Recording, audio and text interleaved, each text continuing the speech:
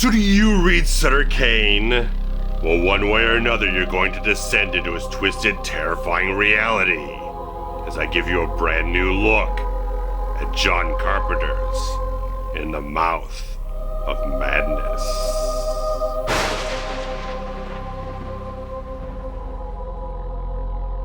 Special insurance investigator John Trent is the very best at weeding out frauds and con artists, but faces the most challenging case of his existence when famed horror novelist Sutter Kane vanishes, leaving his publisher up in the air without a completed manuscript to appease his rabid fan base. It's worse yet when he learns that the axe-wielding maniac who tried to kill him in Midtown Manhattan was Kane's agent. As Trent begins to delve into Kane's disturbing pulp horror tales, he both begins to experience nightmares, but also pieces together a map constructed from the cover artwork that Kane created himself. This draws himself and Kane's editor Linda Stiles to a town that exists only in Kane's books, known as Hobbs End. Once there, surreal and terrifying occurrences befall them, as reality takes on a strikingly different complexion, with Sutter Kane at the heart of it all. With Trent's dogged aversion to buying into this as anything but an elaborate publicity stunt, it takes a startling revelation to even begin to crack his psyche. As Trent crosses the barrier between fact and fiction, he enters a horrifying world from which there is no escape. So on February 3rd, 1995, the final entry of what would become known as John Carpenter's Apocalypse Trilogy was released, with In the Mouth of Madness, which unfortunately went on to become a box office failure because only grossed about $8.9 million at the box office off of a budget that seems to range between $8 million and $13 million, as producer Sandy King pretty much said that Robert Shea of New Line Cinema kind of kept giving them different costs and different budgets every time they kind of met, so things were a little bit uncertain about just how much it cost. But suffice it to say, it didn't gross a box office profit, and became another one in a long line of films that didn't work out too well commercially for John Carpenter after Memoirs of the Invisible Man didn't work out, and a few other things throughout the 90s just weren't quite hitting it off in the best beat for himself. But the development of In the Mouth of Madness started off with Michael DeLuca, who was an associate producer on Leatherface Texas Chainsaw Massacre 3, became vice president of creative development, and eventually president of production at New Line Cinema. And they've been working on this since the late 80s, and they had a couple directors attached at different points in time, including Carpenter, who ended up bowing out at a certain point. Then, come December of 1992, ended up signing on to the film ultimately and going into production of the film throughout 93 and 94 and getting a release, obviously early in 95 there. So it was a really kind of an interesting time there for Carmen to kind of go on, work with New Line Cinema and grab onto this script that very much has similar themes to his previous two films in this Apocalypse Trilogy with The Thing and Prince of Darkness, where in this film you've got all these creatures, the old ones, this Lovecraftian inspired story of all these ancient gods, these ancient creatures coming back up from the primordial ooze or whatever it is, some other reality outside of our own, influencing things and changing the world and mutating things and changing all this stuff with their influence of all this power that they have and everything. So you've got all this sort of strange and Lovecraftian metamorphosis stuff from like The Thing, and then you've got this otherworldly dark power coming into the world, influencing stuff that was so much part of Prince of Darkness. And for a film that was not written by Carpenter, but by someone who very much thought of Carpenter as the main guy to take on this whole thing, it very much easily reflects those themes so well, just has such a great correlation with each film individually, with all different screen artists attached to these films.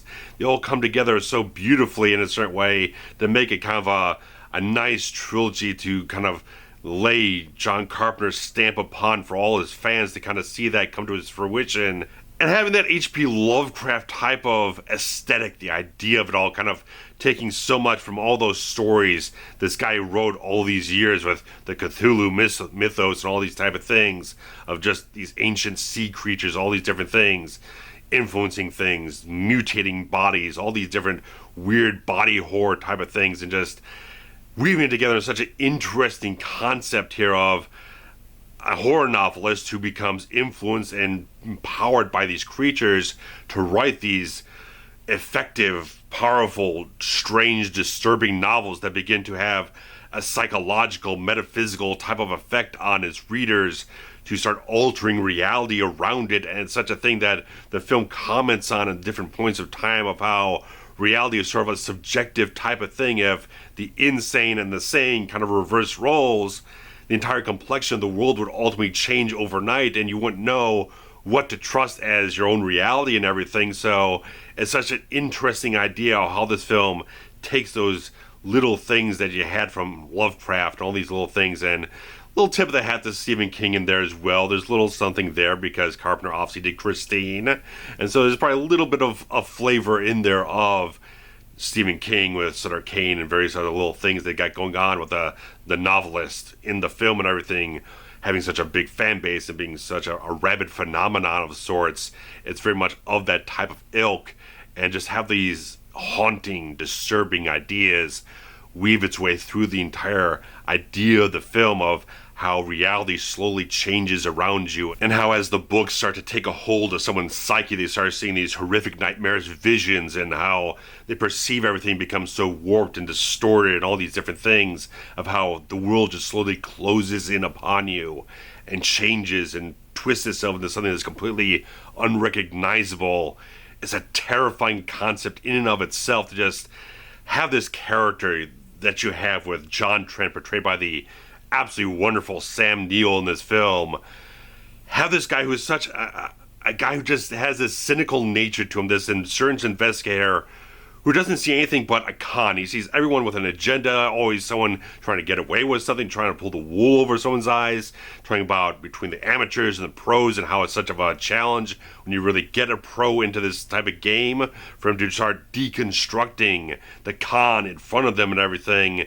Have this guy who's just absolutely, again, a cynic, who just doesn't see anything as genuine, doesn't take anything as face value, doesn't really believe in anything, and just trust in that everyone is the lowest common denominator. Everyone just going to leave you up to be disappointed in everything that you have, unless you think the absolute worst of everyone. Is an interesting protagonist to have in this film with this type of concept here, because he's a guy, as you go through the entire film, he's always trying to chip away at trying to hold on to his own sanity and not believe what he sees as fact, as reality and everything, trying to see that it's all some kind of guise, some kind of just fabricated reality that people are trying to construct as a sort of a play in front of him to kind of work as a publicity stunt for this author and everything.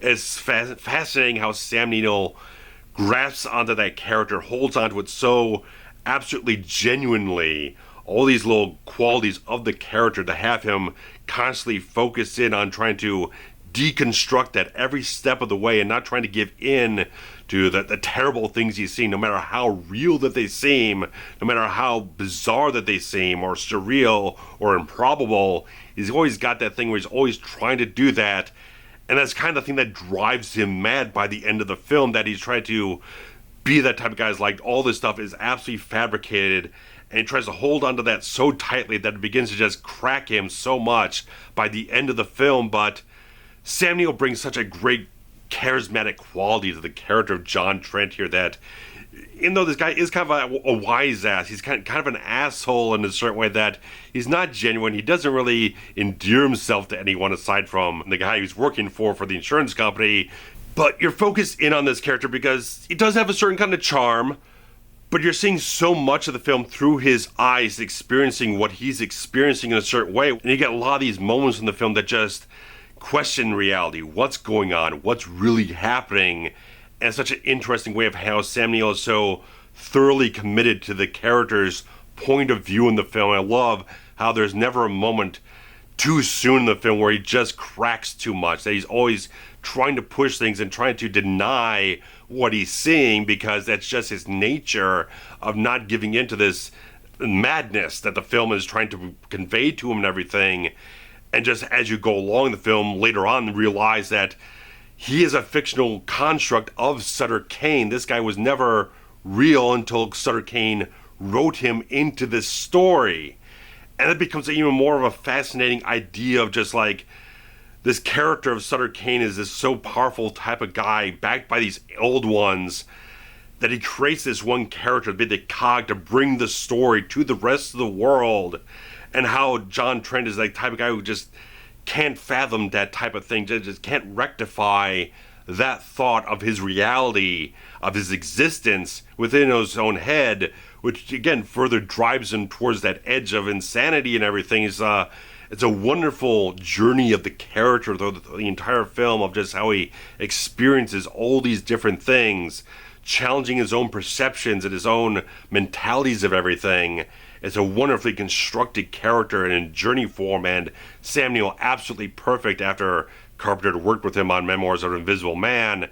Definitely cast the absolute right actor to lead this film with the right qualities of slight sleaziness, slight smirkiness, smarminess or whatnot. So it's like he's got all the right qualities that make the character just enough of a interesting, not entirely just straight out hero type of character, but an interesting and complex conduit for the audience to see the film through for the most part.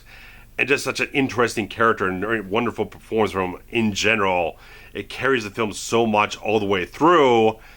Another great actor in this whole thing is Julie Carmen, who many of you probably know from like Fright Night Part 2.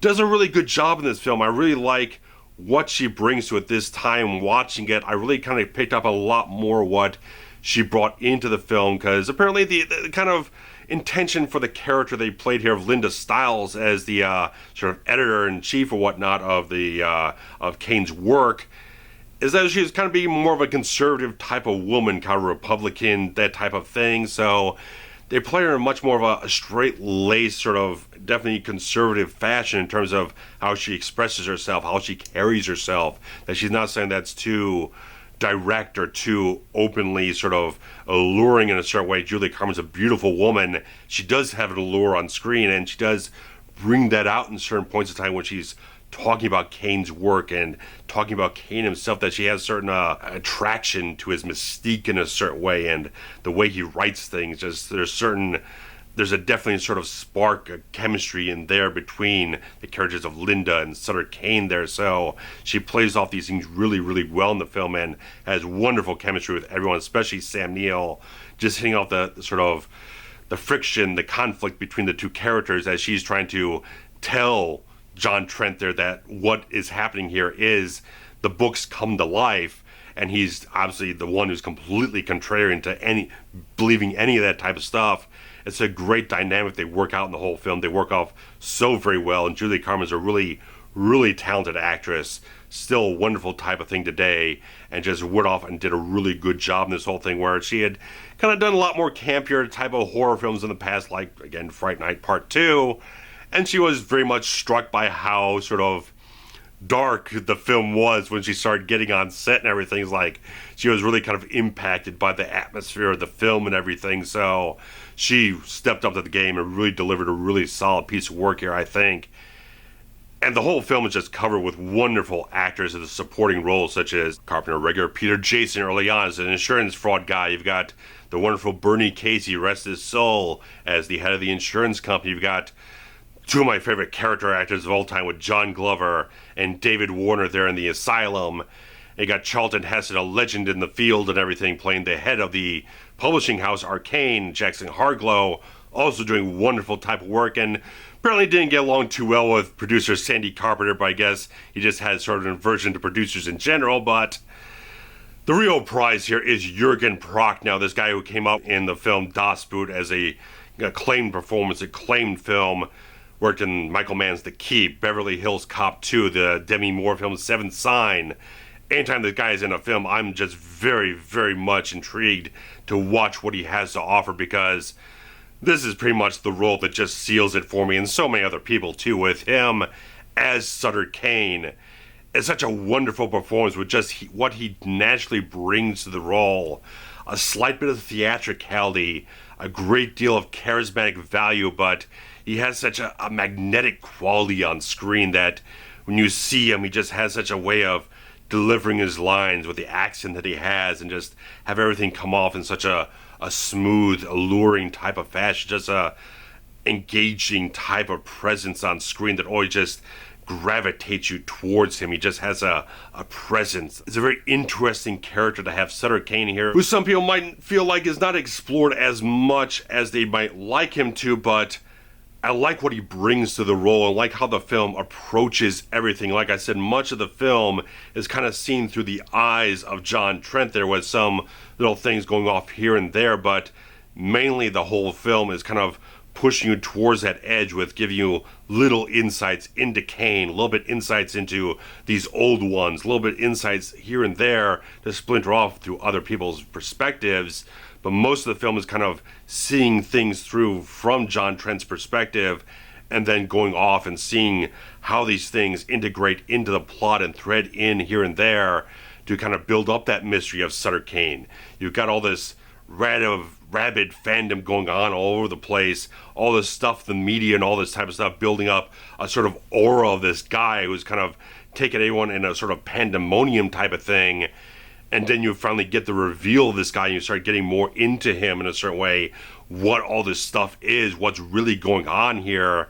I like how they build that up and develop that and sort of reveal it, and having Jürgen Prochnow working what he works so well in the film, all the charisma that he has, again, that wit that he has to offer in the whole film, it just strikes off something so engaging, so memorable, something that's so just you want more of that. You want to connect so much with what this character, this performance has to offer in the film. It's an interesting type of idea that I really, really like what they do and how they do it and how they execute and how they absolutely cast everything in this whole film. There's not a missed opportunity with the casting in this film. It's absolutely one of the finest casts John Carpenter's ever assembled, one of the most delightful ones I've ever seen, because there's so much rich talent on screen for people that might have one or two scenes, but they nail it and knock it out of the park in every sort of aspect. They're so thoroughly committed actors and such richly talented people that nail every aspect Carpenter was going for and bring every word of what Michael DeLuca put into that script to absolute life. And all the amazing creature and makeup effects work on this film was handled by K&B Effects Group, who would end up working with John Carpenter in every successive film he made after this, and delivered fantastic with everything they did here with makeup effects, with all the puppetry, all the animatronics they had to create, all the latex suits, all the things they had to do to create all the monsters of this film, all the ghastly, distorted, mutated people. Is a fantastic piece of work that brings, again, that Lovecraftian vision right to the screen, probably like you've never seen it before. And I definitely say this is kind of like right up there with Rob Bottin's work on The Thing, just having all this stuff that just comes out and so imaginative and so kind of unbound by restraints of everything, that just like they do such a fantastic work here working with John Carpenter, who's a man of vision. And you know that this is just like absolute rock solid type of pairing to get the best in the field, and working with one of the best directors of this genre, working together to create such magic type of stuff and such horrific types of imagery. I think some of it is just absolutely fantastic. I love the creature that you see on the back of Sutter Kane's neck. That's fantastic how they puppet that whole thing and just have it look so ghastly and so absolutely just great stuff overall. And just have all the tentacles whipping around, all these different things. Especially when you have the point where Linda Stiles ends up turning into this contorted creature, where they had a contortionist with like Julie Carmen's prosthetic face on her face, and she couldn't really see where she was going in this entire contraption or whatnot. But it ended up being such a creepy freaking moment in the film. It just works so well with every thing that they came up with, everything that they applied into the makeup effects and creature effects of this film was absolutely top-notch type of stuff, and I can't imagine it looking any better, being created any better, or envisioned any better than it was on film in this movie. A lot of the visual effects were handled by Industrial Light and Magic, who Carpenter worked with them before, but the fact that you also got ILM as well as K&B Effects, you cannot get any higher on the scale than these two companies working with John Carpenter, getting a few of these little visual effects shots of the film, working off so well. It's just amazing the quality of talent that he got involved with this film, behind the camera, in front of the camera, every type of way. They get the best quality you can, because whether it was 8 million, 13 million, the film looks absolutely fantastically polished, high-end type of stuff all the way around. And a lot of that is also attributed to the cinematography of Gary Kibbe, who had started working with Carpenter on Prince of Darkness, and it just looks a fantastically good film because they use all those classic wide-angle lenses that Carpenter just loves. That Panavision frame. He loves getting the big wide shots and using that type of stuff, using the Steadicam stuff to weave through all these scenes and whatnot and make use of that frame so beautifully in this film. Just like the lighting that goes on just paints a wonderful picture, whether it's subtle, a little bit more stark here and there. It all creates an atmosphere for the film. Even in daytime sequences, there's still a certain aura that the film envelops you in, with how they use like the slow motion shots or the locations they had up in Ontario, Canada. So this is the giant cathedral they had, which is such a striking image, as such a centerpiece of the film. Everything they use in every type of regard, whether it's a location, a set, wherever it is, using the right amount of light and shadow with all the K&B effects creatures. They get the right atmosphere, the right aura to everything. Everything hits up with the right strength and right quality and all the right beats and everything. It has such a great look to it overall. I think it's one of the most polished looking Carpenter films, one of the most impressive looking ones in general. I think everything that Gary Kibbe did with the cinematography here is just absolutely wonderful, top-notch stuff, because Carpenter just knows how he wants everything to look, how everything wants to have a certain scope, a certain size to everything. And this is certainly a film that just benefits so much from having that type of wide, large vision of sorts, and just having all these different things going off with how everything is shot, how everything's lit, everything moves through the frame and everything.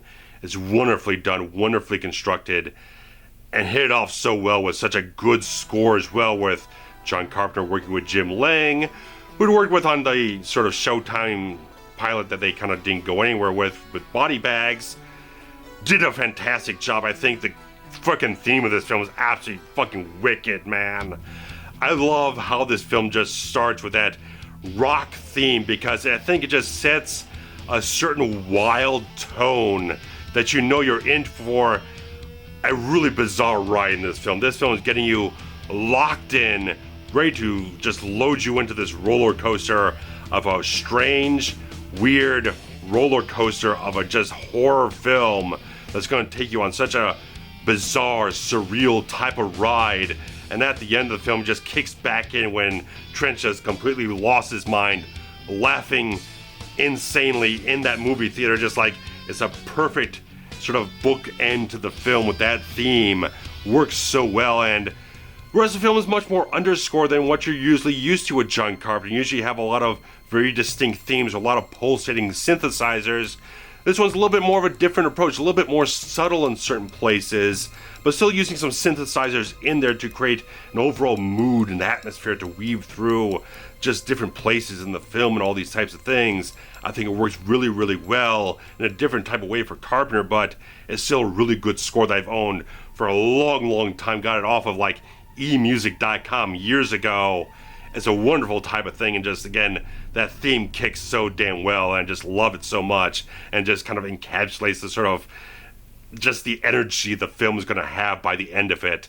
I love that type of thing, and just like, Carpenter just hit it so well with this film in so many cases. I think that theme absolutely, and the score in general, holds up really, really well. And the horror of In the Mouth of Madness is so much in its ideas, so much in the psychology of what it builds up with its premise of the world slowly descending into this collective insanity, mutating into these ungodly, inhuman type of creatures, that from the power of these old ones and through the power and belief of the work of this horror novelist, so many people are so affected by it, so many people believe in it so strongly that they start to overcome any other type of belief in the entire world, And that's what feeds these old ones, feeds their power. The more people that believe in it, the more it becomes reality. And more people feed into that fear, the more it overtakes them.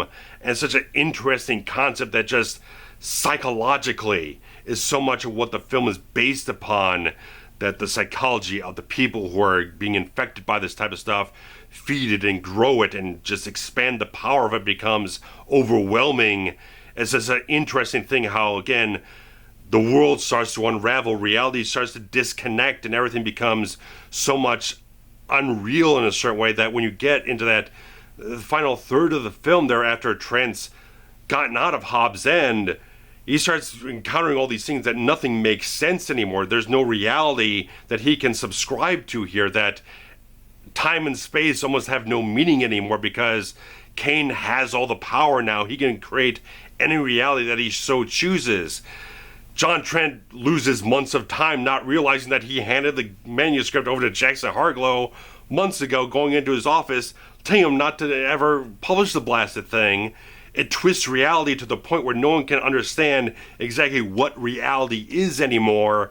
It's an interesting, fascinating concept in that type of way where everything is just kind of called off in a certain way. There's no way to go back from it. And it's like, that's what I like so much of the character of John Trent here, that he is this guy who can observe everything, knows exactly what the hell is going on by the time that manuscript is getting out of Hobbs End and all these different things.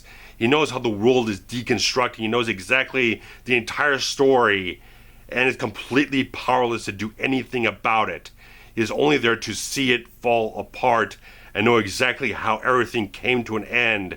It's such a fascinating type of concept, and have that type of character who can't be a hero. He's not a hero in any type of way. Even in his own mind, he's not a guy who's a hero. He's just a guy who looks at cons, doesn't see anyone as genuine, is not a good guy in a certain way, but he's the perfect person, the perfect character to thread through this entire thing to the point where the entire film, the entire world has completely destroyed itself, deconstructed itself, fallen completely apart. Humanity is on the edge of extinction, and all this guy can do is sit there and just be absorbed by the madness of it all.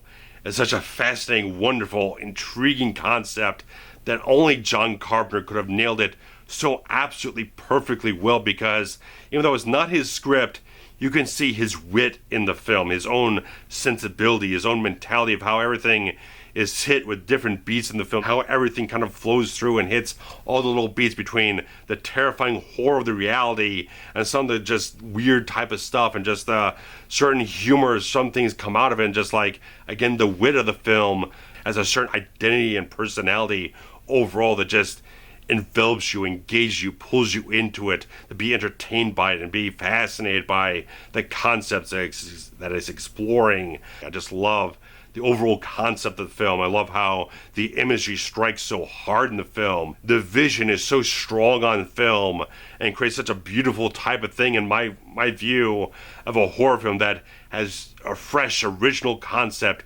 executes it very, very well, has rich talent to pull on in every corner that it has around it. I think it's such a wonderfully put together film that takes you on a fascinating ride that's just entertaining, it's a little bit scary, it's engaging, it's got all these different things that just make John Carpenter's films exactly what they are. And you can put this on with any other of his great films and still have a good time with it and be intrigued by concepts that you can revisit time and again and get more out of it. In my opinion, there's so much good going on in this film. I think it's one of his best films ever made. And just like, I know certain people that are not as sold on the film. They feel like there's some things missing from it. People kind of want a little bit more backstory on like the old ones, a little bit more backstory on Sutter Kane here and there. But like I said, I like the approach the film takes with building up a lore, building up a mystique of this guy, building up this strange, surreal world that's starting to pull apart at the seams here and there, and start building it up and reveal things here and there, and have so much of the thing as a conduit through the character of John Trent here. I think is wonderfully constructed and put in that type of way. I think it just hits everything off really well, and it really satisfies me every single time I watch it. is one of my favorite horror films of all time and one of my favorite John Carpenter films that he's ever made. So guys, if you haven't already, pick up the new Scream Factory Blu-ray because it has a nice new commentary from John Carpenter and his wife Sandy King Carpenter. It's not great, but it's still nice, it's intriguing, it's informative type of stuff. New interview from Greg Nicotero, who tells you all about his creature effects work on the film.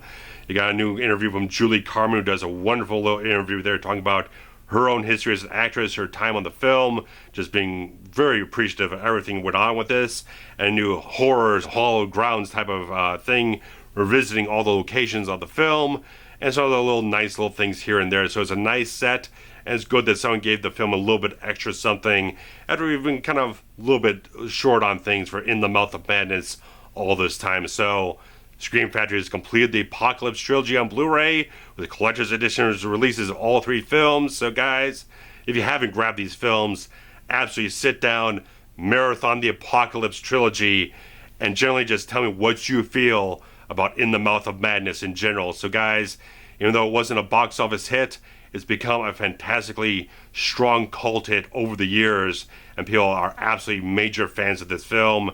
And again, luckily Scream Factory gave us a nice collector's edition release to commemorate the quality of this movie. So guys, your thumbs up on the film, on the video review of this film is wonderfully appreciated. Comments, likes, all that type of stuff. Thanks so much, guys. We'll be back with other great stuff soon. Thanks so much. Take care. Bye-bye.